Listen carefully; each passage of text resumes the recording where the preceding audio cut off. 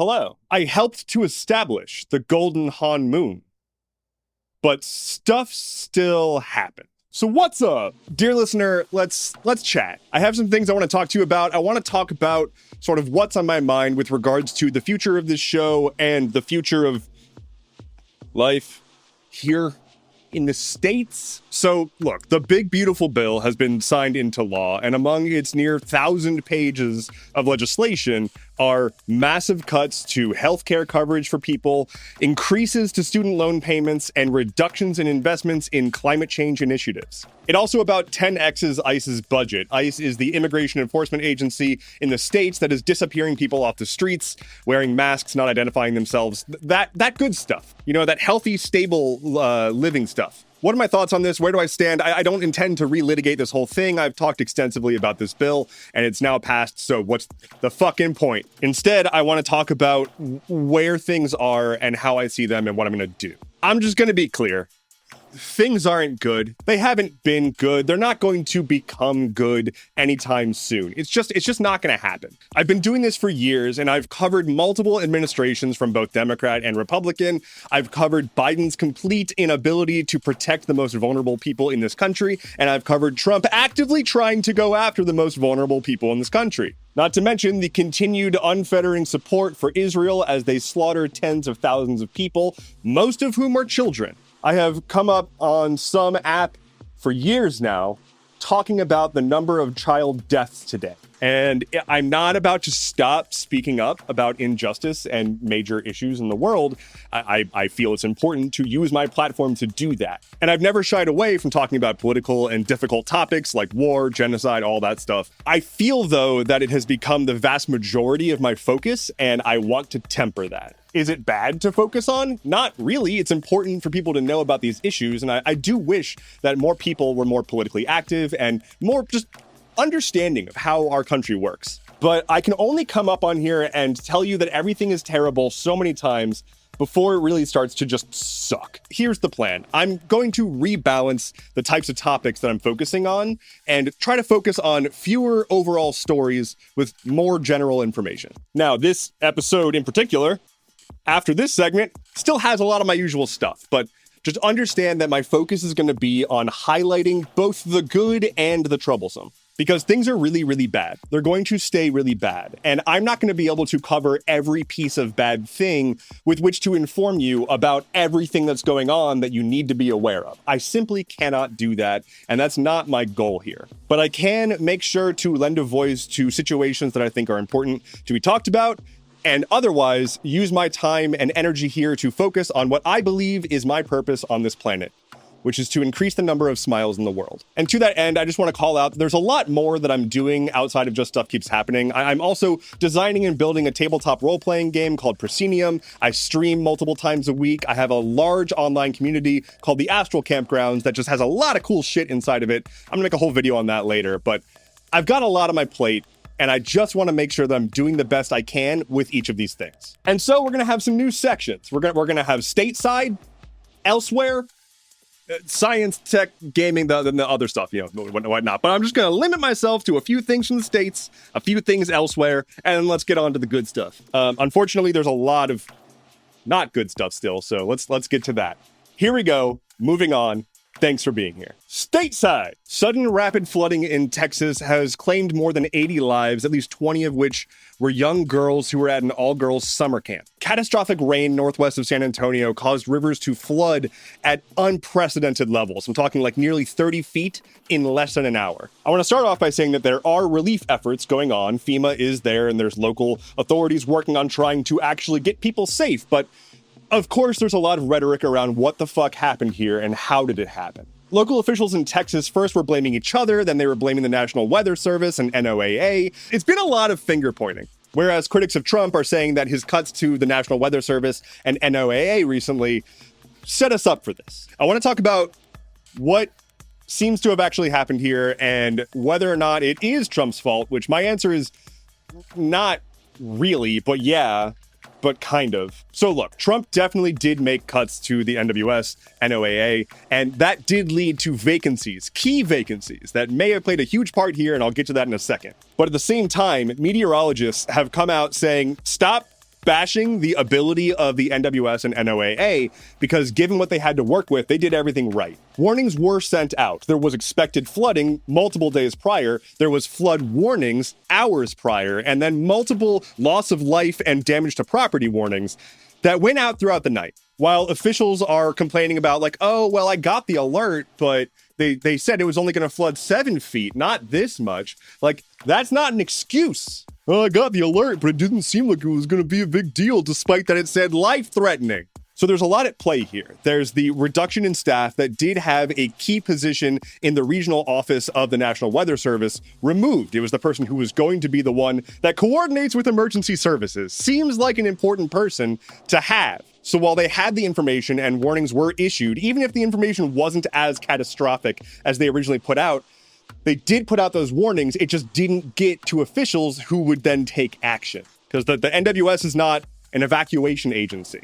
There are local officials whose job it is to know their locality and know what the protocol is for evacuating people. So it does seem like a breakdown in process. You can definitely link the removal of that guy from NWS to Trump because that guy specifically took Trump's buyout offer. So that seat is just empty. The Trump administration is saying that this has nothing to do with their cuts because it was a buyout offer, not a cut. Now, there's one other part of the story that I want to talk about, which is there's a lot of discussion right now about whether or not the people in red states, quote unquote, deserve it when a natural disaster happens. I feel like we see this most with Florida whenever a hurricane hits Florida and people are like, well, they get what they voted for. And it's like, oh boy. States in the US are not uniformly red and blue. That's not how it works. Most of them are damn near 50-50. And the only reason that they swing so hard one way or the other is due to gerrymandering and people who won't vote for the opposition party because they've given up from all the gerrymandering and voter suppression and all that good stuff. And I know most people, when they say they get what they voted for, are not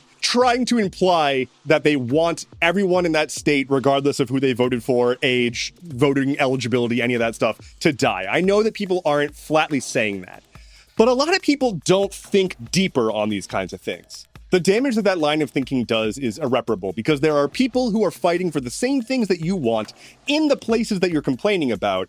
And instead of isolating and uplifting them, you're lumping them in with everyone else, completely undermining any effort that they're making to improve things. They need your help too. Anyway, we don't need to be red or blue anymore because we've got the America Party. Elon Musk, after his big fallout with Trump, has announced that he's forming a political party, a thing that people have been speculating he might do, and a thing that people have been speculating that if he did do, would undermine the GOP. So, lol, let's start off by saying this is not a real political party. Elon Musk has gone on Twitter and tweeted multiple times.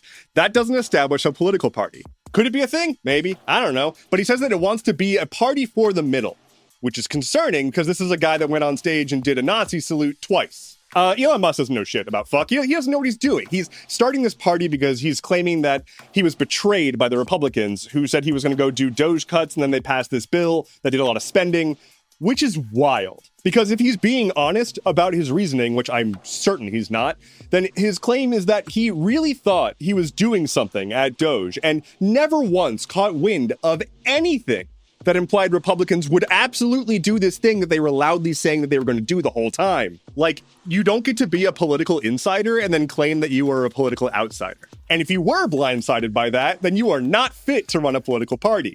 Anyway, who gives a shit? People are going to join this sort of, but right now there's really nothing. And I doubt we're going to see an America Party candidate on a ballot. But you know what? I'm not going to say don't do it. If they get there, great. Have fun.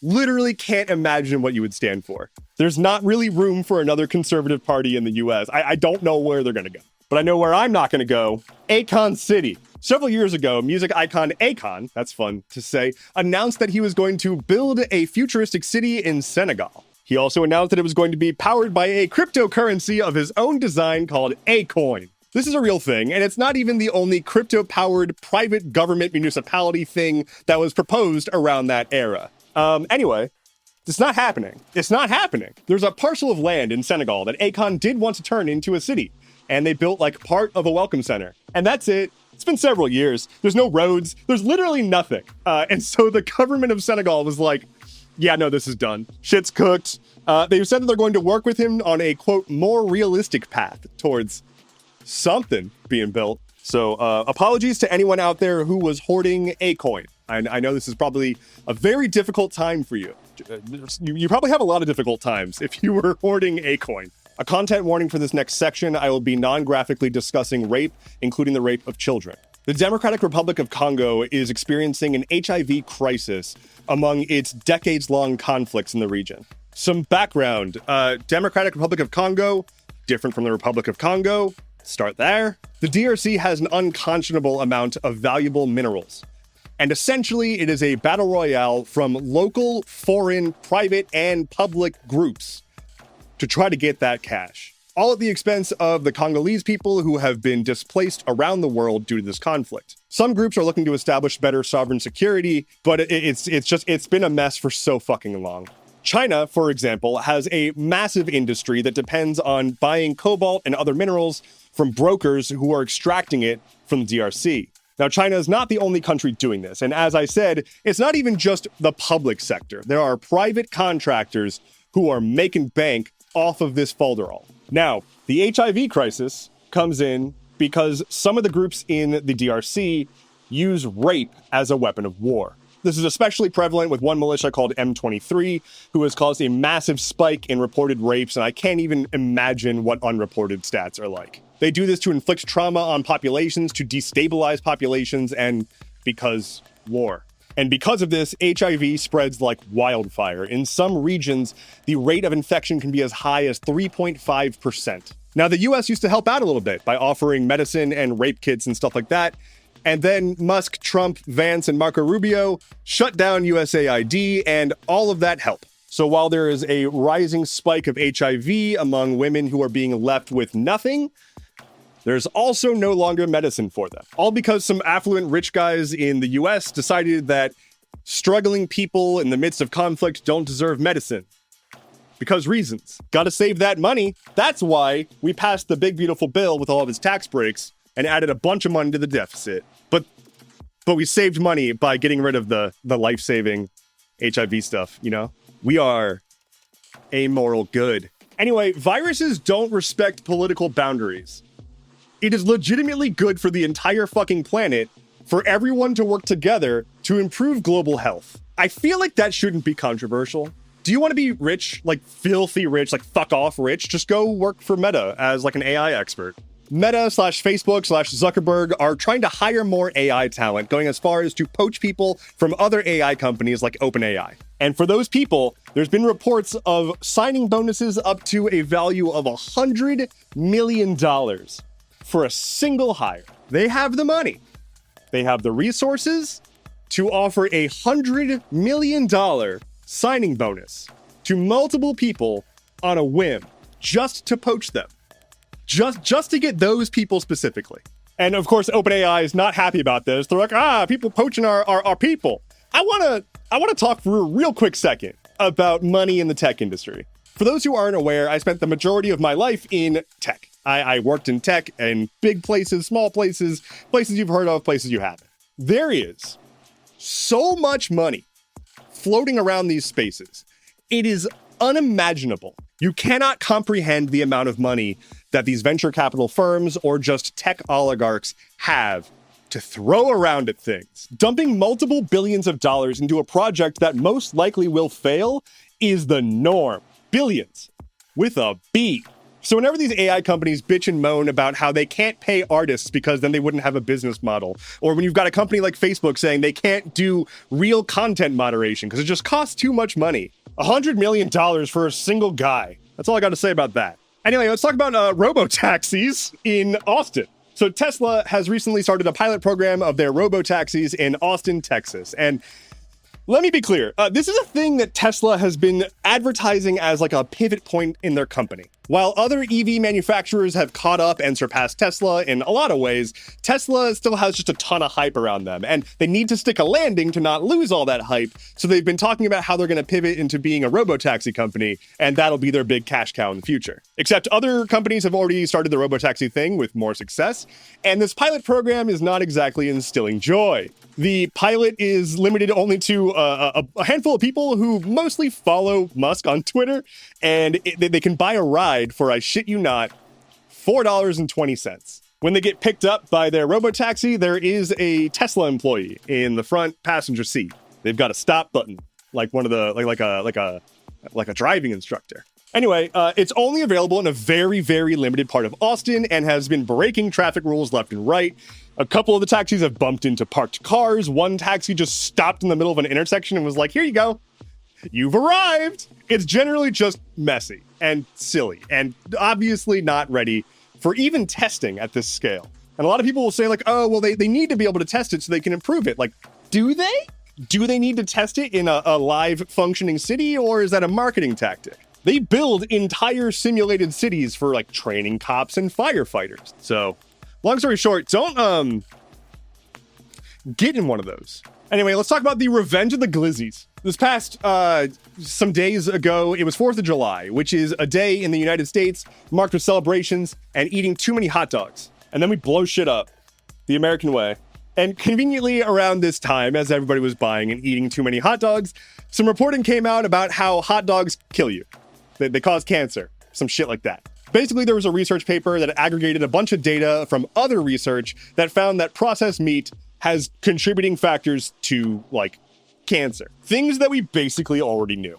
There was a lot of reporting, a lot of headlines, a lot of freaking out about, like, if you eat hot dogs, they cause cancer now. A few things. One, duh, that was always true. Two, there's a huge difference between eating some hot dogs and eating hot dogs constantly every single day. The research basically showed that the equivalent of like a hot dog a day, every single day, can have a modest impact on the likelihood that you'll develop several different diseases. But even the own research paper was like, we gotta look into this more. This could be a lot, could be nothing. We kind of knew this already, but it's worth looking into. Fucking everything causes cancer. I'm not saying go get cancer. Cancer sucks. It's real bad. But you're far more likely to get hit by a car like directly after watching this video than you are to get cancer from the hot dogs that you just ate for 4th of July. Gaming. Hades 2 is getting closer to being released. The developers behind Hades 2, a game that I have not yet played because I'm waiting for the full release because I'm hopelessly addicted to Hades 1. How did I start this sentence? Anyway, the developers of the game released an update, and along with the patch notes, they said that this is likely the last update before the full 1.0 release, which is scheduled for 2025, which is this year.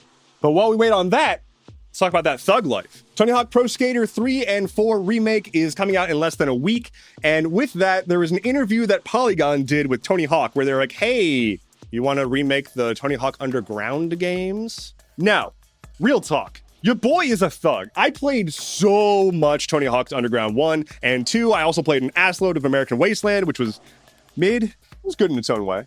I would love to see a remake of the Tony Hawk Underground games. If you're not familiar, Tony Hawk's Pro Skater is more like an arcadey type game, whereas Tony Hawk Underground is more of an RPG, like telling your own story, rise to fame kind of thing. Mr. Anthony Hawk said himself that he would love to see that happen, but also noted that one, he doesn't really have the ability to snap his fingers and make that happen, and two, he would be also interested in maybe a reimagining of Tony Hawk's Underground. You know, like they remade 1 and 2, they're doing the remake for 3 and 4, they're very faithful remakes. What if we kind of made a new Tony Hawk game with that engine? Or like a, you know, remix of the original, something like that. Just make it slightly more modern. If you've gone back and played the original Tony Hawk Underground games, they're still very fun. Boy howdy, they are a time capsule. Last thing for gaming, several high-ranking executives from Ubisoft/Ubisoft, depending on who's yelling at me today, they've been found guilty of harassing women. Yeah, that sentence took a tonal shift. Long story short, several high-ranking executives were found guilty of sexually and psychologically harassing women in their Paris office. Throwing things, getting all angry, soliciting kisses, general creepy executive shit. When the company was first alerted to this, like 5 years ago, they were like, oh, dang, that seems bad. We'll look into it. And then nothing happened. Then eventually the French authorities stepped in and made something happen, and now we're here. So, hey, I have a few suggestions for just like general game publishers in the industry. I know I'm an outsider, but I have a passion for game development, game design, and gaming. Don't harass women, like, at all. Like, it's really just not hard. I'm gonna not harass women right now. Lightning round. Archaeologists found a stash of 32 ancient Roman shoes, 8 of which were very, very large. Like, inexplicably large. Like, very unnaturally large. That ancient big boy. FaceTime on iOS is going to now pause your active video chat if it sees that you're undressing. It'll be like, whoa, whoa. Nice. That was me being FaceTime. There was a guy who went on a show by Guy Fieri where if you won the show by Guy Fieri, you got a franchise of a Guy Fieri restaurant with Guy Fieri branding. And the guy who won the Guy Fieri thing is not happy because he was also supposed to get more further compensation from Guy Fieri. And so now he's suing Guy Fieri about the lack of follow through with the prize from Guy Fieri from the Guy Fieri show. Fieri. Tumblr was going to migrate to use WordPress in the background and integrate with the social open web like Mastodon and stuff. They paused that. By the way, I'm on Tumblr. And finally for today, scientists have discovered a new life form in some goo that was found underneath a ship in dry dock. This is real. It is temporarily named ShipGoo 001, my favorite species, and my new screen name. Thank you so much for listening to today's episode of Stuff Keeps Happening. Head to skh.news for sources, bonus content, and ShipGoo 002. My name is Endeavorance. Thank you so much for being here. Take care and be well.